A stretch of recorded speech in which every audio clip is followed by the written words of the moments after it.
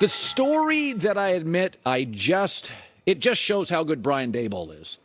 The New York Giants are a playoff team. And Greg Cosell said something yesterday, and it was really funny. He said, Colin, how many great quarterbacks are there? 5? 6? If you don't have one, you just can't keep bailing on a quarterback. He got him into the playoffs. Are you surprised by Daniel Jones?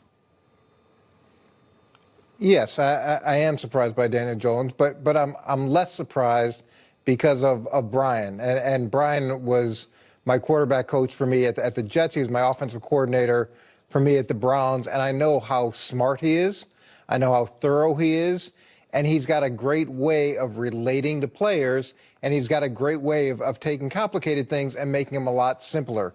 Plus, he's got a defensive perspective. He started in New England on the defensive side of the ball, so he's got that perspective when he's working with quarterbacks. So you saw what he did with Josh Allen. I didn't know it would be as good as it's been in New York, but it doesn't surprise me knowing Brian as well as I do and knowing how capable he is. So yesterday on this show, we talked about where Brady's going, Carr's going, Garoppolo's going. So you know Brady pretty well, okay? Very well. If you had to guess where, because he's leaving Tampa, where's he going and why do you think he's going there?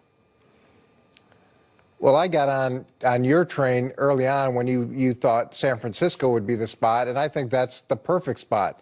And regardless of how Brock Purdy does through this playoff run, you're still going to have a situation where you've got Brock Purdy and Trey Lance, two really young quarterbacks. If you could go and get Tom Brady for a year, and with the offensive skill positions that you have, the defense that you have, the idea that he could go finish his career there, and I would imagine Tom might even take a discount to go to San Francisco. Then you're also in a great situation where you've got him mentoring the two young guys that are currently on your roster. I think that could be a great fit and kind of a fairy tale ending to his career. By the way, the Titans are a good team, need a quarterback. Do Garoppolo or Carr fit there? I know you like Aaron Rodgers there, and it makes sense to try to go get a player like Aaron Rodgers. Look, I brought Brett Favre in New York, so I know what it's like to go get a really good Green Bay quarterback, and that worked out well until he got dinged up. I think the issue, though, is what Vrabel's trying to build in Tennessee, and I see Mike trying to build a team that can compete for a championship every year, not just go out and try to rent a championship, and he's got more influence than ever. I like Derek. I like the idea of Derek Carr in Tennessee. Derek seems like a good guy. He's never been on a team with better than a 20th ranked defense. That's right. Mike can go get that defense in Tennessee fixed. He can use draft picks that you don't give up for someone like Aaron Rodgers to go improve the team long term. And then you've got a good quarterback that seems like a really good person that you can have for multiple years and have a chance to win each of those years. All right, you know the Patriots well. 3 rings there. Mac Jones' body language. Where are you on that issue?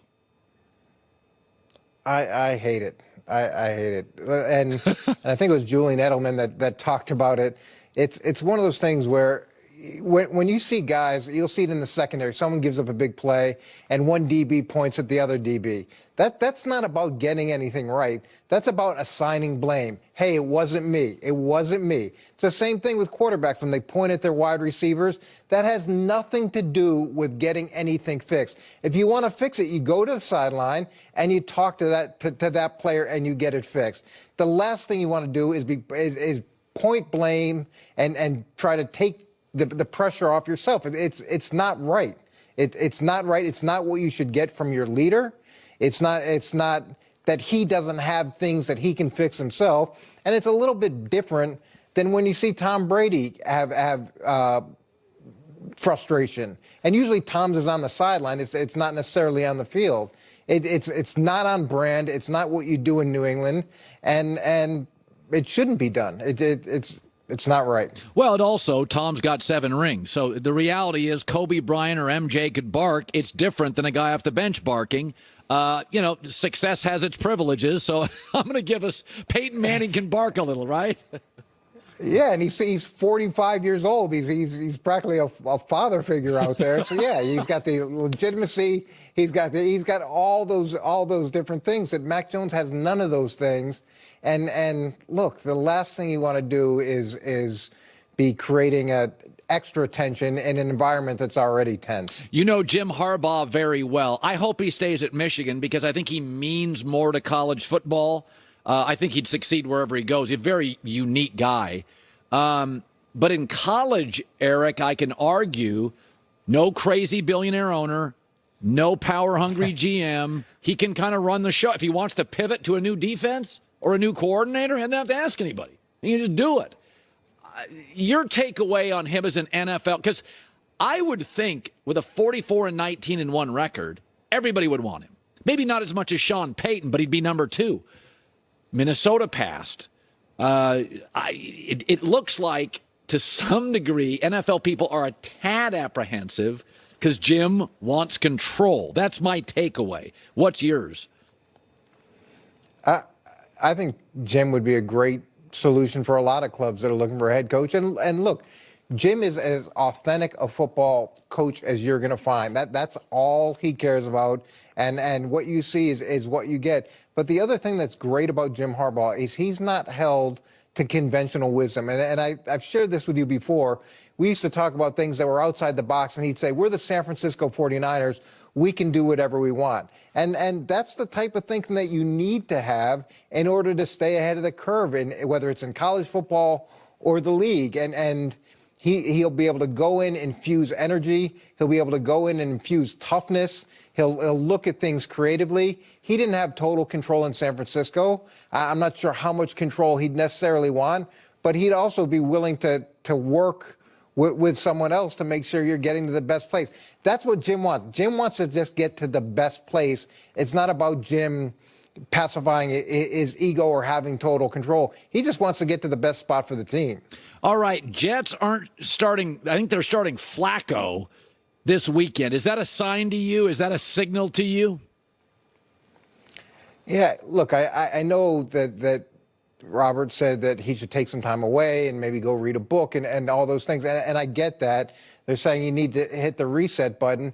But to me, why not start him this game? This game means nothing in terms of standings and playoffs. This is the perfect opportunity to let him go into the offseason potentially on a really high note. And if he goes out and it's as bad as it's been, then that gives you some more clarity as an organization go into the offseason as to what you need to do. I would have probably played him, I would have played him this week to give him a chance to try to go into this offseason, not only for himself, but for the fan base, for the ownership, for the team, showing that he has the potential to be what they hoped he could be. Finally, Damar Hamlin, highly encouraging news. He's off the tube. He's communicating. Monday I was sick to my stomach watching it. And I didn't even see the CPR. I saw players surrounded. I heard about that. And that stuff, even if you're a first responder, CPR is unnerving. I've seen it happen once in my life at a ski resort. Totally unnerving. Made me not want to ski. It was like, this is scary. If you're in your career, had you ever seen anything like that? And you'd been in all these practices in your life, in games. Anything compare to it? Not to that degree, Colin. And you know, I've been in football my whole life. I played high school football. I played college football. I've been coaching it most of my adult life. And it's just you go through that time period, and you know the dangers that are inherent to the game. But you're always trying to put that on the back burner so that you can be aggressive, you can be competitive, you can play fast. But then something like this happens, and it all comes flooding back to what the possibilities are. And having two young kids who both play football, it does make you take a step back. And I love everything that football's done for me and for people around me. But it does make you really reflect on the other aspects.